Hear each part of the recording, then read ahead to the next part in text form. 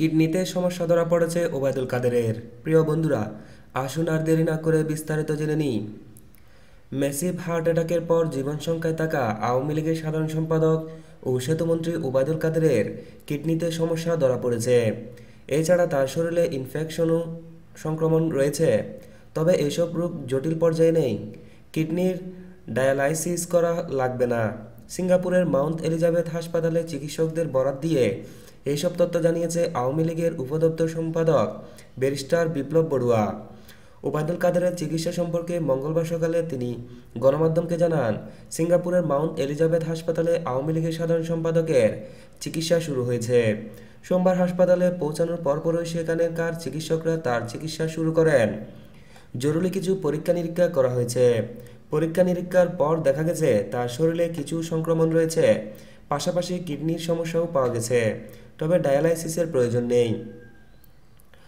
আগের তুলনায় ওবায়দুল কাদেরের শারীরিক অবস্থা উন্নতির দিকে এমন তথ্য জানিয়ে বিপ্লব বড়ুয়া বলেন, তার অবস্থা আগের তুলনায় কিছুটা ভালো। নতুন করে যেসব পরীক্ষা নিরীক্ষা করা হয়েছে সেগুলোর প্রতিবেদনে পাওয়ার পর পরবর্তী চিকিৎসা বিষয়ে সিদ্ধান্ত নেবেন চিকিৎসকরা। মাউন্ট এলিজাবেথ হাসপাতালের ইন্টারভেনশনাল কার্ডিওলজি বিভাগের সিনিয়র কনসালটেন্ট ও প্রিন্সিপাল অধ্যাপক ডক্টর ফিলিপ কোহের তত্ত্বাবধানে ওবায়দুল কাদেরের চিকিৎসা চলছে।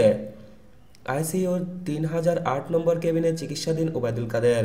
সেখানে ওবায়দুল কাদেরের সঙ্গে রয়েছে তার স্ত্রী ইশরাতুন্নেসা কাদের ও বঙ্গবন্ধু মেডিকেল বিশ্ববিদ্যালয়ের নিউরোলজিস্ট অধ্যাপক ডক্টর আবু নাসের রিজভী।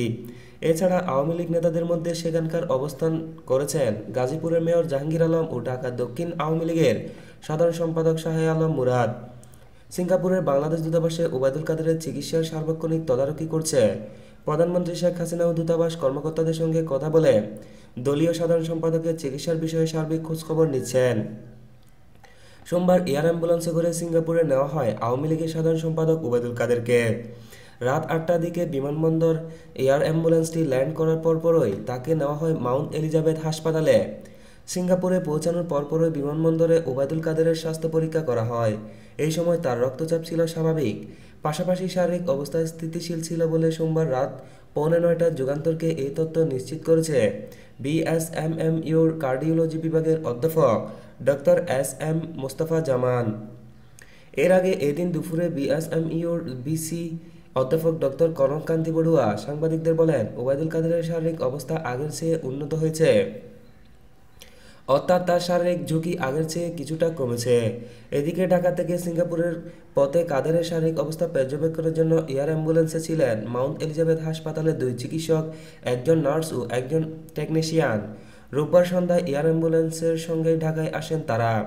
বিএসএমএমইউর কার্ডিওলজি বিভাগের অধ্যাপক ডক্টর হারিসুল হক যুগান্তরকে বলেন, রাত 8টা নাগাদ ওবায়দুল কাদেরকে নিয়ে এয়ার অ্যাম্বুলেন্সটি সিঙ্গাপুর বিমানবন্দরে পৌঁছে সেখানে থেকে তাকে সরাসরি মাউন্ট এলিজাবেথ হাসপাতালে নিয়ে যাওয়া হয়।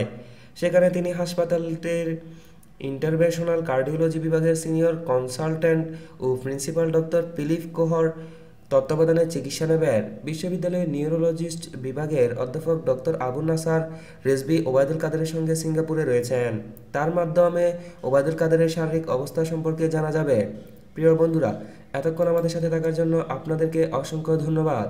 আমাদের ভিডিওটি আপনাদের কাছে কেমন লাগলো, অথবা আমাদের এই ভিডিওটি সম্পর্কে যদি আপনাদের কোনো গুরুত্বপূর্ণ মতামত থাকে তা অবশ্যই আমাদের কমেন্ট বক্সে কমেন্ট করে জানিয়ে দিন।